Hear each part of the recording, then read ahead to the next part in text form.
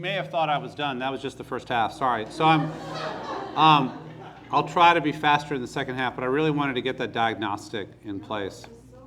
Can I also say there's a tragic dimension to this? I actually heard snippets of conversation that makes me think about this. If you have a population that is really unhappy with cultural changes, like, for example, on LGBTQ inclusion, and they position themselves as against, or those who are uncomfortable with women's equality, of all things, and they position themselves against, or people who are pretty frankly uncomfortable with the multiracial society that has developed here, then that is a tragic place for, especially for Christians, to position themselves. It's deeply discrediting.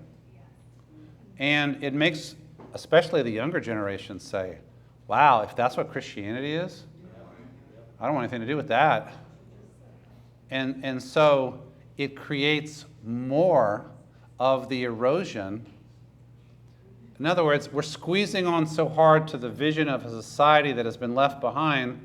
The harder this population squeezes to a vision that is not appealing to their own children and grandchildren, the more they lose their own children and grandchildren.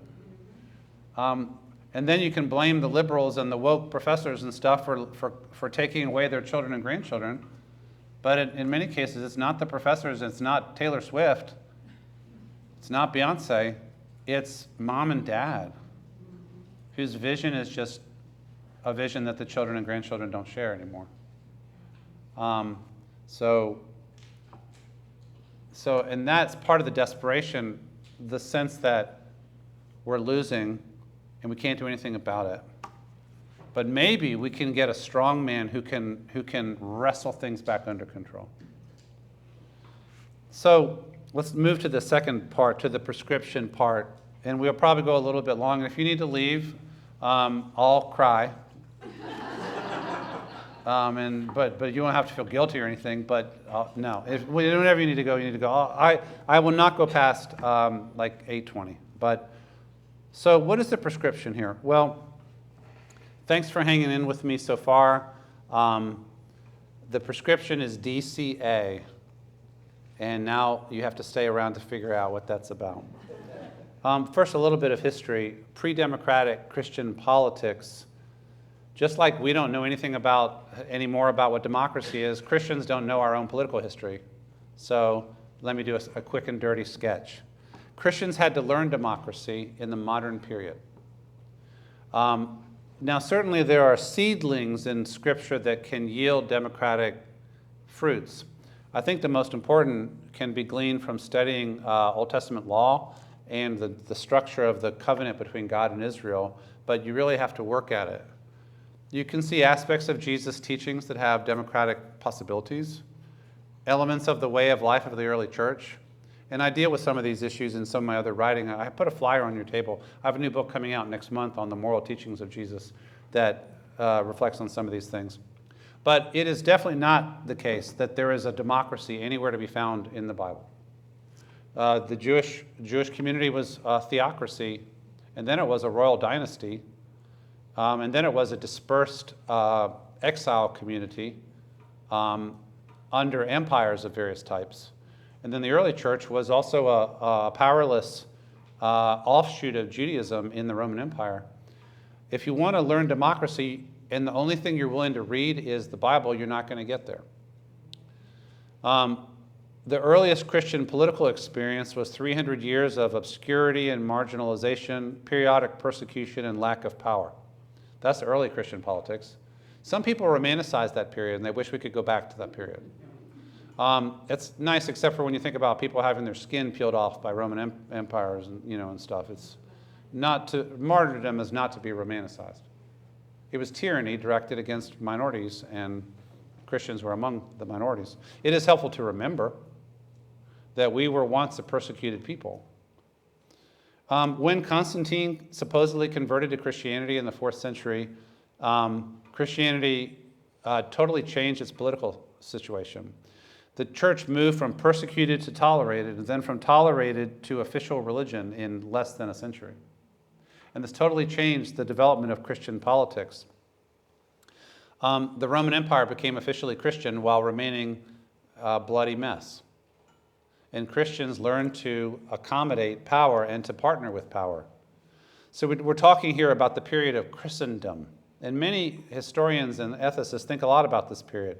The church and the state in partnership.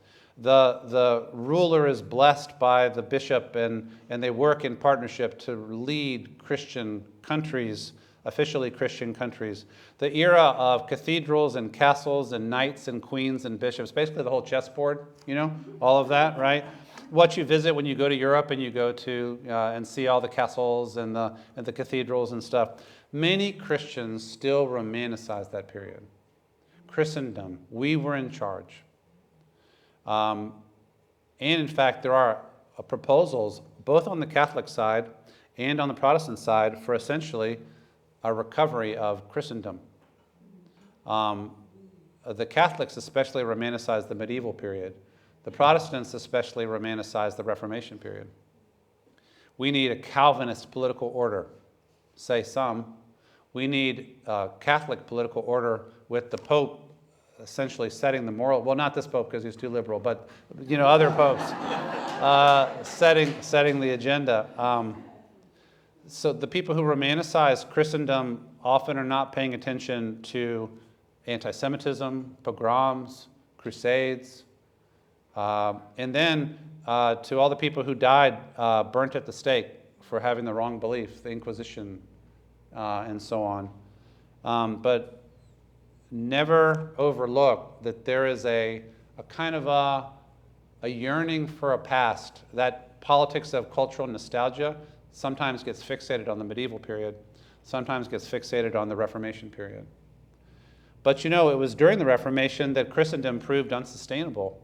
When Luther put his 95 Theses on the Wittenberg door, he began the shattering of Christian unity.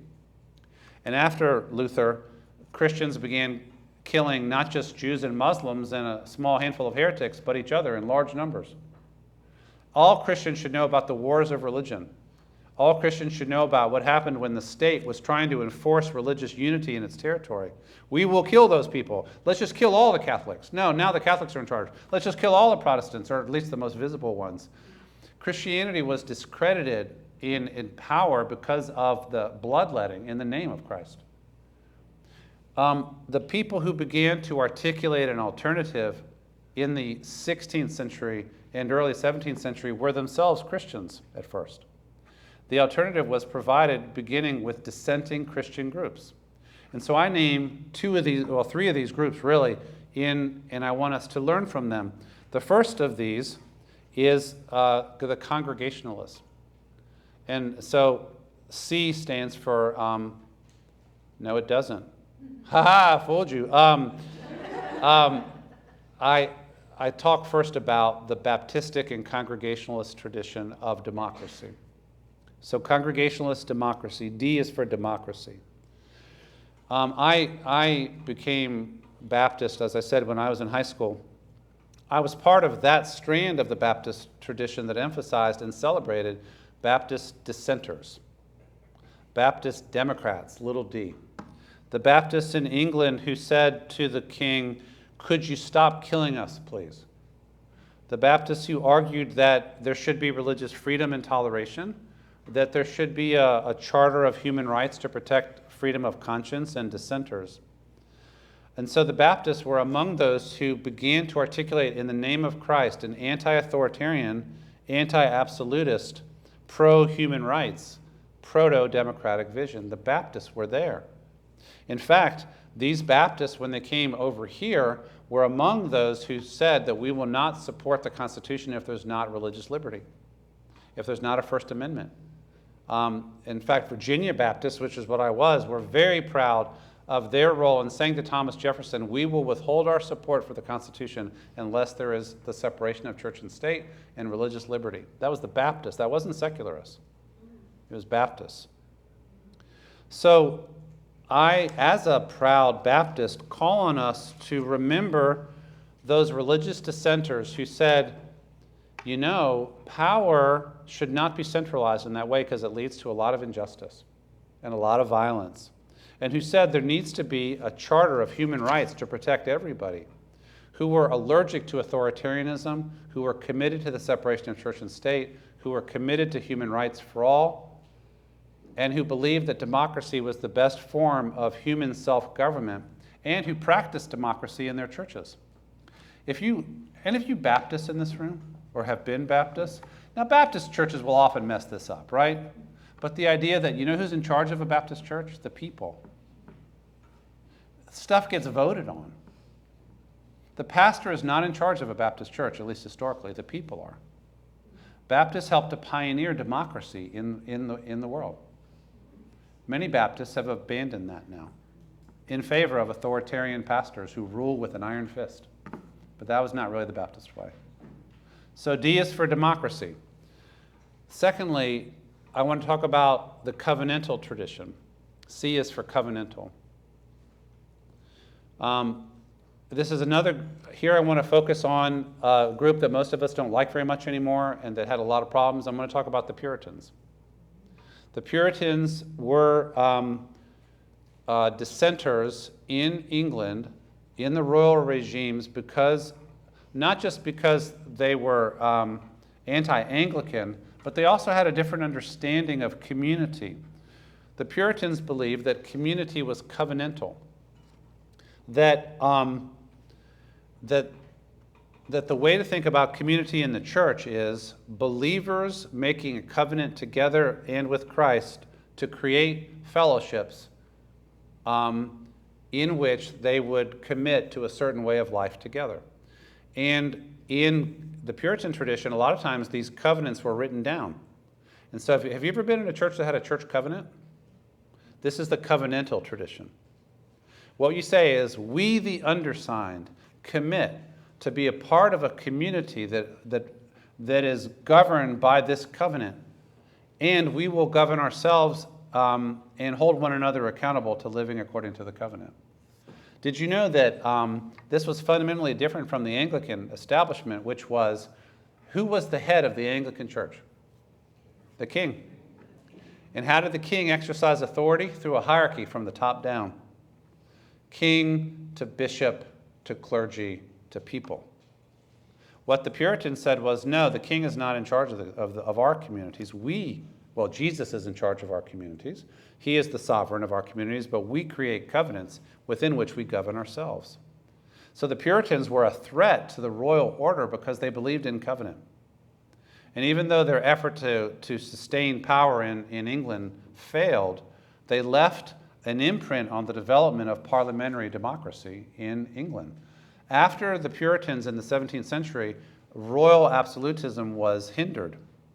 And what developed in England was parliamentary monarchy, kind of constitutional monarchy. And over time, the monarch weakened and the parliament grew in power. Now, an issue in England is they don't have a written constitution. And so they have a challenge. It all has to be by norms if you haven't written it all down. We learned from that and we developed a written constitution. But I want to think about covenant. If a community writes a covenant down and makes it foundational to their life together, that sounds an awful lot like a constitution. If they confine their rulemaking within the community to those stipulations that fit with their constitution or their covenant, that sounds an awful lot like the rule of law. If the covenant community is understood to be sovereign under Christ for the church, rather than any individual, that means that nobody is above the law. Everybody must play by the same rules. The English kings were threatened by the Puritans because of their understanding of covenant community. This covenantal theology came to these shores with the Puritans. Unfortunately, what they wanted to do with it was to create theocratic covenant communities like in New England. Eventually, this vision was rejected, but the covenantal idea survived. I've looked at New England, for example, the Massachusetts Constitution is in covenantal language. We, the people, compact together to create a covenant by which we shall be governed. I would say that the U.S. Constitution is the national covenant. And that if we think of it in those ways, then we can think about, well, if it's a covenant, that means it has a certain binding quality to it. Anybody who is elected as a leader must be faithful to the covenant of the Constitution. That's why we ask them to raise their hand and put their hand on a Bible and say, I solemnly swear. This would also mean that anybody who runs for office who doesn't demonstrate a commitment to the national covenant should be disqualified. I can't think of anybody recently who would fall into that category.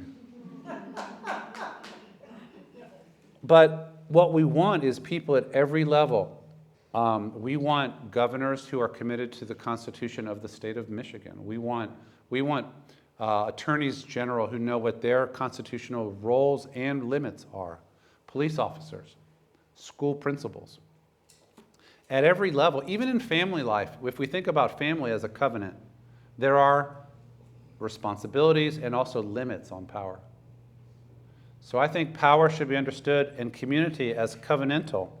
Martin Luther King said in his early reflection that what was needed in America was a renewal of the democratic covenant, in which now everybody is included. That was really what he was saying in the I Have a Dream speech. He was saying, the covenant that you wrote was beautiful, but you failed to extend the terms of the covenant to include everybody. Now we all need to be included in the covenant. We're asking you to redeem the promise of that original covenant. And that leads to the third group I want to name, what I call Black Christian abolitionism. A is for abolitionism. So now you have DCA, three Christian traditions that are pro-democratic, and that is Congregationalist democracy, covenantalism, and abolitionism. This is the great Black democratic and social justice tradition in the U.S. It's most identified with abolitionism in the pre-Civil War period and the Civil Rights Movement in the 50s and 60s. It's tied historically to the Black churches. Abolitionism began by being about abolishing slavery. Then it was about abolishing Jim Crow and the KKK and lynching. Today, it is about abolishing whatever needs to be abolished to make our country truly democratic with a covenant that includes everybody. It is a thread that runs through the entire history of our country, a thread of dissent.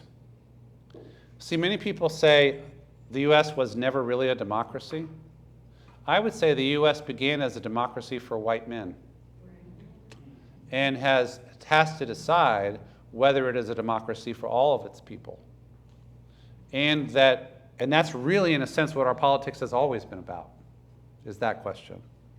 But the Black Christian tradition housed at places like Ebenezer Baptist Church and the Civil Rights Movement and 16th Street Baptist Church in Birmingham says, in the name of Christ, we support democracy, a democracy in which everybody is included on equal terms.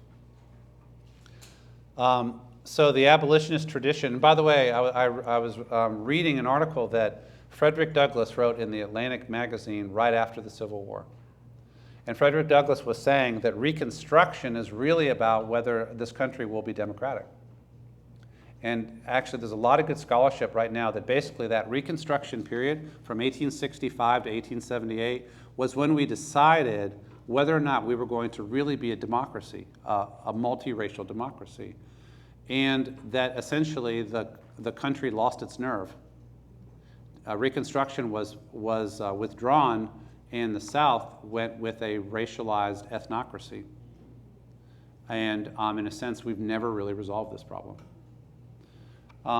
But the abolitionist tradition from Frederick Douglass to Harriet Tubman to Ida B. Wells Barnett to W.E.B. Du Bois to Fannie Lou Hamer to James Baldwin to Malcolm X to Martin Luther King said, time to rise up and live out the democracy that you say you're about. The more radical thinkers said this democracy was never a democracy. We don't believe in your language of democracy. But others said, well, it has never been actualized. Now is the time to actualize it. So abolitionist Christianity is diametrically opposed to authoritarian reactionary Christianity. And in essence, we have a choice, really. Authoritarian reactionary Christianity or abolitionist Christianity. And that's the challenge for now. So let me wrap up with a closing call to action, and I'm going to ask you to think about where we've been. You see, look at that. That was much faster, but I really trying to respect your time. So what did we do tonight? We said the diagnosis is authoritarian reactionary Christianity. Again, the problem is not Christianity, it's a kind of Christianity. The problem is even not fundamentally reaction, though I say in the book that a blanket negative reaction to everything that has happened in this country since 1962, that's a pretty limited moral vision. And it's a vision that has been rejected by the majority of the people. But if people want to be reactionary and live in a little subculture of reaction, they're free to do it. But it's when this threatens democratic self-government that all of us have to be worried about it. And the January 6th, the role of Christians on January 6th is part of what motivated the writing of the book. There were Christians on January 6th who were persuaded that a violent effort to block the counting of the electoral votes was God's will. And that we must take seriously. One doesn't have to be a secularist to believe in democracy, though some people think that. I believe in democracy right out of the heart of my Christian faith. I believe in covenant, I believe in congregationalism, and I believe in abolitionism. There are other strands that are pro-democratic too. I had a review from England where the guy said, here's 7 other pro-democratic Christian strands that you could have named. Christians have been coming to terms with democracy for 400 years, have been some of the strongest supporters of democracy all over the world. We should be here as well. So my 4 calls to action to close tonight. First, study enough democracy in history to be able to articulate a robust Christian case for constitutional democracy. We've gotten sloppy. We don't know this anymore. We don't know this history. We don't know what democracy is. We need to be able to defend the rule of law, equal rights, minority rights, freedom of conscience, religious liberty, anti-authoritarianism. We need to be able to articulate the democratic, covenantal, and abolitionist strands of our own Christian heritage. Be able to say, the reason I'm opposed to this or that person or this or that movement is because I support the democratic constitutional order, and the reason I support that is because I believe it is the best and most consistent with the Christian tradition. Secondly, learn to articulate opposition to authoritarian reactionary Christian politics as part of a Christian commitment and a democratic commitment, and not related to partisanship or personality. This is not about, I don't like this person. I don't like his tweets. It's not about that. It's not about, I don't like that party. It's about, I believe this is not good. This is not consistent with democracy, and this is not in keeping with my values. Any politician, when they transgress the democratic rules of the game, need to be called on it in any country that claims to be a democracy. We should be among the leaders who say, no, that's not good, that's dangerous, we don't do that. By the way, can I say that when Joe Biden, at that debate, was struggling, and then after, part of what he began to do, I think, was to descend into a rhetoric that was not worthy of him and not worthy of the kind of civility and democratic communication. In other words, I think he got desperate and started speaking some language that wasn't worthy of him. And I was glad in a sense that he got out of the game before he made that a pattern. So whoever it is, Democrat or Republican or independent or whoever, we all have an investment in opposing authoritarian reactionary Christian politics, not because of partisanship or personality, but because we want to protect the system that we have. And then third, participate in political action, which begins with voting but goes far beyond it. Be able to think about what are you and I doing to practice our commitments to democracy. Here's some options. Vote at every opportunity. Communicate publicly your commitment to democracy. Serve in appointed or elected roles. Contact government representatives about specific concerns. Raise money and give to pro-democratic causes. That's, again, little d. Help others get out to vote if they're not mobile. Serve at the polls, even though there's a lot of pressure on poll watchers, right? Monitor the democratic health and best practices of our society. Powerlessness transfers to a sense of empowerment when we do things. And then finally, bring this matter closer to the center of your Christian faith and practice. Pray about the health of our polity and our common life.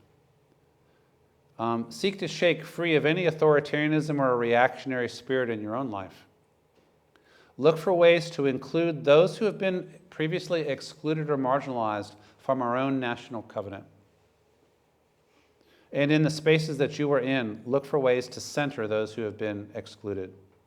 Look for ways to strengthen democratic, covenantal, and abolitionist practices in your church and in your community. Can I say that, in a sense, who wins the election at the national or state level is important, but this challenge of authoritarian reactionary Christianity goes beyond any one election. If you have a population that is radicalizing, and you have a Christianity that is metastasizing in some ways that are unhealthy, that doesn't end when an election ends. So the challenge is ongoing, and we have work to do. Thank you for listening as we have reflected on these issues together.